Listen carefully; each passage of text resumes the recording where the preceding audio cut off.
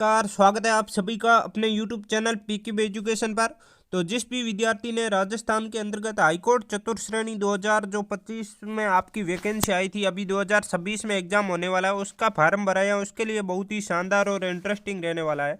इसके अंतर्गत बहुत दिनों से विद्यार्थी इंतजार भी कर रहे थे कि सर जो आपकी परीक्षा तिथि है जो मतलब घोषित हो गई है, आपको पता होगा किस तरीके से। मैं आपको बताने भी वाला हूँ। कुछ लोग माहौल बना रहे हैं कि अभी कोई भी परीक्षा तिथि घोषित नहीं हुई है। विद्यार्थियों में आपको सटीक रूप से जानकारी देने वाला हूं इसके अंतर्गत। और इसके साथ बहुत सारे विद्यार्थी ये भी बोलते हैं कि सर सिलेक्शन के लिए आखिरकार इसके अंतर्गत कितने क्या आपको नंबर लाने पड़ेंगे, क्योंकि सबसे इम्पोर्टेंट बात यही होती है कि सिलेक्शन है जो हमारा कितने के क्या आसपास होगा, क्योंकि इसमें इंटरव्यू भी होने वाला किस तरीके से होने वाला है। और दूसरी बात है यहाँ पर कट ऑफ कम जाएगी। ये यहाँ पर क्यों लिखा है, देखो विद्यार्थियों, अभी आपने देखा होगा रिसेंट के जो भी एग्जाम हुए आपके, एक तो आपका पटवार हुआ है, वीडियो हुआ और फोर्थ ग्रेड हुआ, इन सभी के अंतर्गत आपको कट ऑफ बहुत हाई देखने को गई है। और इनका रीजन एक तो ये हो सकता है कि थोड़ा सा पेपर सरल था। अभी आपको देखा होगा रिसेंट में रीट का एग्जाम हुआ, किस तरीके से विद्यार्थियों का रिव्यू आ रहा है कि रीट के अंतर्गत सारे क्वेश्चंस है मतलब बोर्डों की बुक से आ रहे हैं। अब कोचिंग वालों का सिलेक्शन ज़्यादातर का मतलब बंद ही हो गया है। यहाँ पर आपको वैसे मैं बताऊंगा अभी कौन सी बुक है, किस तरीके से आपको मिलने वाली है वो बुक, वो भी आपको मैं प्रोवाइड करा दूंगा। इसके साथ मतलब अभी जो रीट वगैरह का एग्जाम हुआ है उसके अंतर्गत आपने देखा होगा कि बच्चों के इतने 64 पेज के पेपर आ रहे। पहले 10-15 पेज में ही पूरा पेपर खत्म हो जाता था, वहाँ 1% अब 1 पेज में आ रहा है। और आ तो रहा है यहीं से कंटेंट से, लाइन टू लाइन उठा के आ रहा है, बट बच्चों की समझ नहीं आ रहा है। तो देखो सबसे पहले तो मैं आपको यहाँ पर मतलब एग्जाम डेट जो उसके बारे में बता देता हूँ। विद्यार्थियों का बहुत सारा मतलब क्या था उनका, अप्रैल 2026 के अंतर्गत आपका चतुर्थ श्रेणी कर्मचारी भर्ती का एग्जाम होने वाला है। यहाँ पर विद्यार्थियों आपको मैं बता देता हूँ। देखो ये तो आप जो अभी फिक्स अप्रैल में डेट फिक्स कर देंगे वैसे तो, बट कुछ विद्यार्थी कह रहे हैं सर अप्रैल है, इसमें क्या होगा आगे पीछे कर दी तो।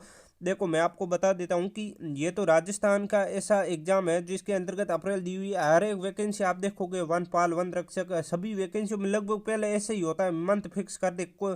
कुछ एक आपको देखा होगा वैकेंसी जो ये मेन आरपीएससी और आपके आरएसएसएम बोर्ड नहीं करवाता है, वो सारी वैकेंसी लगभग इसी तरीके से मंथ है जो आपके पहले घोषित करता है, उसके बाद एग्जाम करवा लिया जाता है। क्योंकि ये तो आपके हाई कोर्ट में है तो वही करवाने वाला है, आपकी वैकेंसी भी उसी के द्वारा आयोजित होगी। तो जो भी है हाई कोर्ट के अलावा भी जो आरएसएसएम बोर्ड और आरपीएससी, इनके अलावा कुछ बोर्ड जो आपकी ये कंपटीशन एग्जाम करवाते हैं वो पहले मंथ ही देते हैं हमेशा।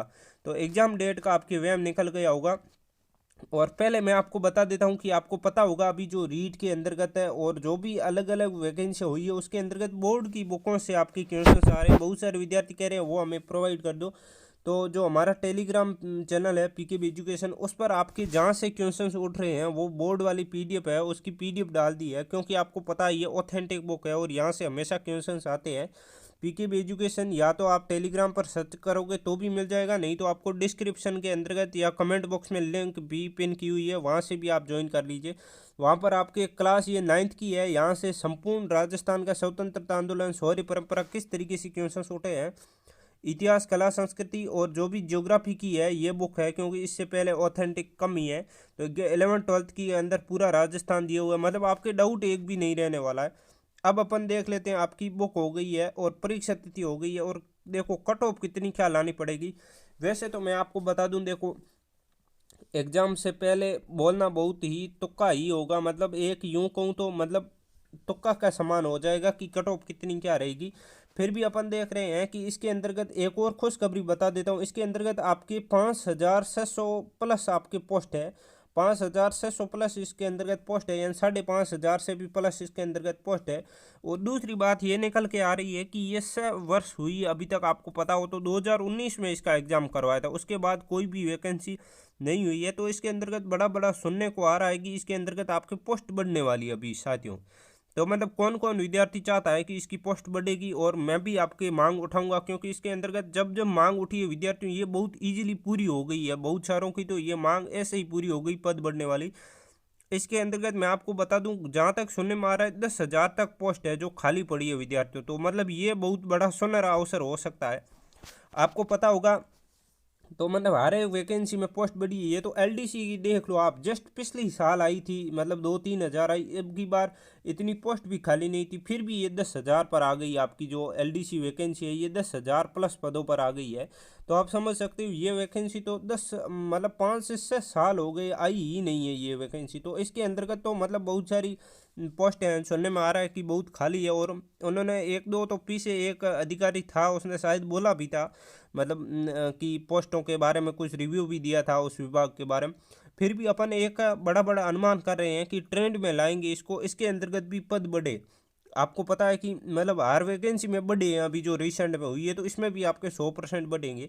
10,000 के आसपास बढ़ जाता है तो ये भी वैकेंसी एक आने वाले समय में बड़ी वैकेंसी हो जाएगी 15 से 20,000 की। तो फिर मतलब इसके अंतर्गत तो फार्म भी बहुत कम आए विद्यार्थियों, जहाँ ज़्यादातर अपन को पता है कि 10th पास होती है उसके अंतर्गत बहुत सारे फार्म आए, 20 लाख समथिंग आए हैं, उससे कम नहीं आए। बट इसके अंतर्गत आपके 9 लाख के आसपास ही फार्म आए हैं केवल। तो ये बहुत बड़ा अवसर हो सकता है आपके लिए। तो आप टेलीग्राम के अंतर्गत जरूर जुड़ जाइए, वहाँ पर मैं आपको बता दूंगा कि किस तरीके से और भी जानकारी है। फिर भी आपके थोड़ा सा कट ऑफ के बारे में देखो, आपका 15 नंबर का तो इंटरव्यू होने वाला है यहाँ पर।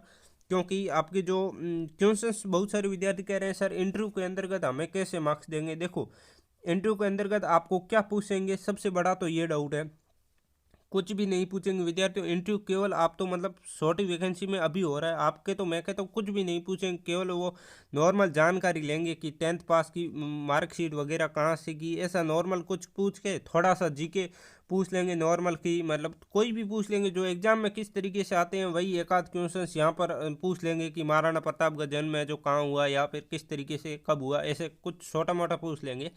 तो उस आधार पे आपको नंबर देने वाले विद्यार्थियों।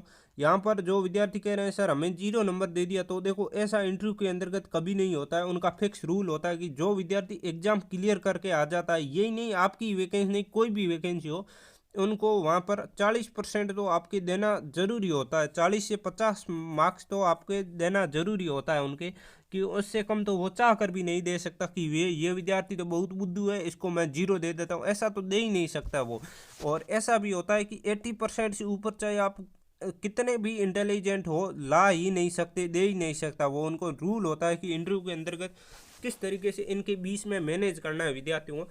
तो आप समझ सकते हो कि 7-8 नंबर से तो आपके कम दे ही नहीं सकता है, और 10 से 11-12 से ऊपर दे ही नहीं सकता है।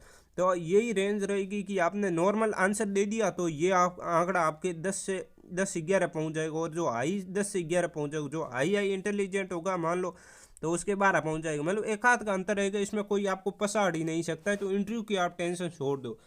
यहाँ पर आपके सबसे बड़ा है वो है 85 नंबर का पेपर। इसके अंतर्गत विद्यार्थियों मैंने आपको बता दिया ऑथेंटिक पढ़ना पड़ेगा। और ऑथेंटिक ये नहीं कि हिंदी ग्रंथ अकादमी पढ़ लो, आप अपने लेवल का ऑथेंटिक पढ़ लो। वो हिंदी ग्रंथ अकादमी वो फर्स्ट ग्रेड वगैरह में पढ़ रहे हैं, उनके आप जितना में लंच भी नहीं होगा। जो आपकी 10th वाली है ना बुकें, उनसे फर्स्ट ग्रेड के अंतर्गत लंच भी नहीं होगा। और आप यदि हिंदी ग्रंथ अकादमी पढ़ रहे हो तो आपके लिए वो काम की नहीं है। तो आपके लिए काम की है ये 10th वाली जो बुक है, क्योंकि लेवल के अनुसार पेपर आता है। RSSM रीट आपने देखी होगी, अभी जो हार्ड हार्ड बोल रहे हैं लाइन टू लाइन छपी है, बस लाइन उठा के चेप दी है, बड़ा इतना यहाँ से लगाकर यहाँ तक इतना परसेंट बना दिया है। बाकी एक भी क्वेश्चन जो बुक से बाहर नहीं है। यदि आप चाहो तो मैं आपको प्रूफ भी दे सकता हूँ, नहीं तो खुद आप मतलब बुक खोलोगे तो आपको पता चल जाएगा कि उस बुक की अहमियत क्या है। अब आपके लगभग सारे डाउट क्लियर हो गए होंगे। मैं अभी से कह रहा हूँ आपके 85 नंबर पे फोकस करिए, क्योंकि 85 के अंतर्गत आपकी 50 नंबर की हिंदी है। हिंदी भी मैं PDF डाल दूंगा, हिंदी एक काफ़ी दिन पहले डाली थी बट अभी और डाल दूंगा आपको नई से सिरे से। तो हिंदी के अलावा यदि अपन देखें तो यहाँ पर 50 के अलावा 25 का GK है। GK आराम से हो जाएगा आपका, एक भी क्वेश्चन उससे बाहर नहीं जाएगा। और आपकी शायद 10 है 15 की इंग्लिश है, ये कितने हो गई 50, और ये मतलब 75 10 की हो गई आपकी इंग्लिश आने वाली है। तो मतलब सिलेबस बहुत ही इजी है यदि आप करना चाहो तो, क्योंकि हिंदी तो आप यदि 10th दिन में ही लपेट दोगे, ऐसी होती है राजस्थान वालों की हमेशा अच्छी ही होती है।